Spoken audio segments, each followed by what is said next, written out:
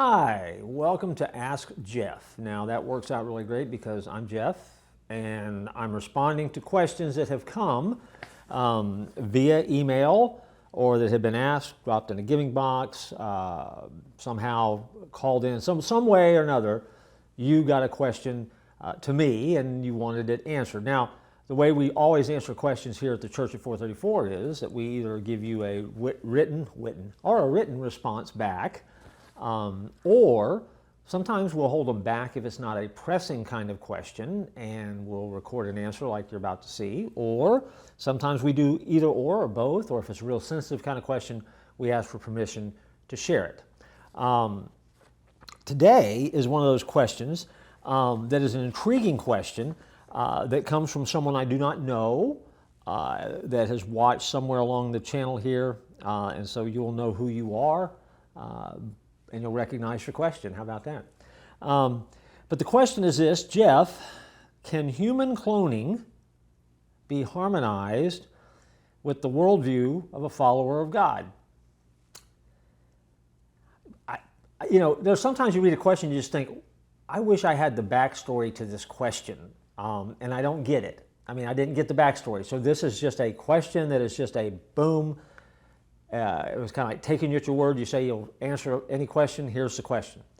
So this is it. So can human cloning be harmonized with the worldview for a follower of Christ? I typed down some responses for myself.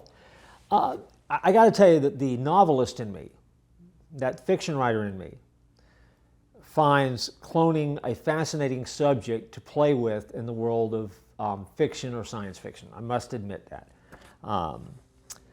But I'm thinking you don't want to hear that. You want to hear more theological things, since you were talking about followers of Christ here. So let's move that aside, the entertainment factor aside. Let's get back to the serious part of this question.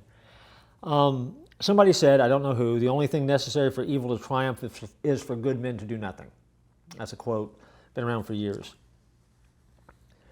Probably the stark reality of that sentiment was borne out in the early 70s when Christians quietly kind of passed a major battle in the war against abortion. So here we are decades later with the far impact of that loss now kind of crossing a line and moving into the world of human cloning. And you say, what are you talking about? Well, once Pandora's box is open, then anything becomes fair game. And so the issue, believe it or not, of cloning and abortion are incredibly woven together. In other words, the prevailing logic that permits a woman to terminate the life of a child in a womb may well equally apply to cloning. For example, if you have developed a clone and you have that clone in the process of developing and coming full circle, but you discover that there is a defect in the clone. Now you make a judgment call again of terminating life or letting it continue. That's the choice, once again, that will be looming out there. Furthermore, producing a human clone would require necessary experimentation. Now we know this is going on in the world sometime, but if you think about it, it takes experimentation on embryos, including live embryos, and there is a whole element of that brings back to mind the immoral equivalent of experiments that were carried out years ago in Nazi Germany. So you cross a line, a threshold in the scientific realm that for a follower, I think it's hard to walk across that line. And then that's where the arguments start, and I've got it. There's some benefits to it, there's some benefits not to it. And I know it will go back and forth, but I'll let that statement stand for what it is. Now you have to have some live embryos to begin that experimentation. And so now we're back into an ethical, religious conversation about what you need to do with that. And then finally, and maybe even on a practical aspect, cloning has serious implications regarding what a family unit looks like. And we live in a world where the family unit of today is shifting in a whole lot of ways. But if a child comes about as a part of natural human reproduction, But the clone comes about because of scientific replication. It raises the question, who owns the clone? You say, that would never come up, really? Do you think that there is a scientific firm out there that's going to develop the technology and create a clone and not retain some type of ownership on that clone? And then what is the validity of that clone and the life, and let's assume it can go full bore and can create another person, then who then becomes the creator of that life? And what kind of theological debate do you get in there? And I think you can begin to see that the answers get incredibly complicated, and it will light everybody up, because there's some value to some things that the world of cloning begins to offer to us, certainly in the medical field. On the other end, or the other end of the spectrum, there are some high-risk dangers, and I think the answer is as simple as Jurassic Park. You know the movie when they cloned the dinosaurs and they opened a theme park.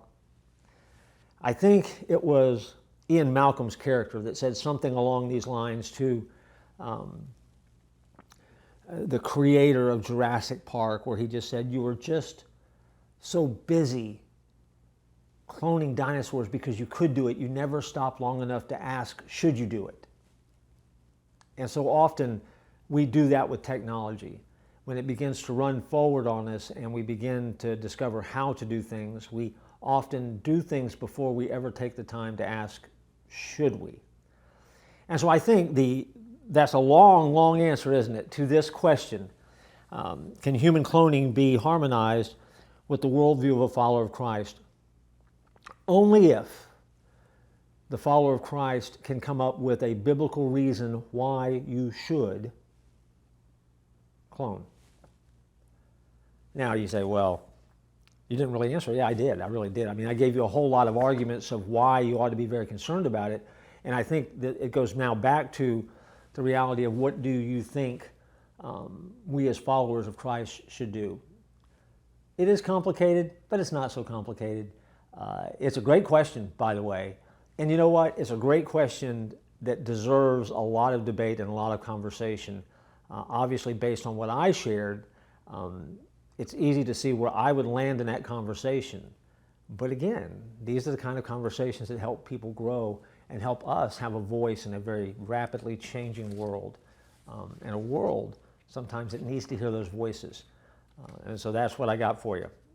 I don't know if that helped or not. If not, you can email me again and we'll take another shot at it. Until next time, join us again on Ask Jeff.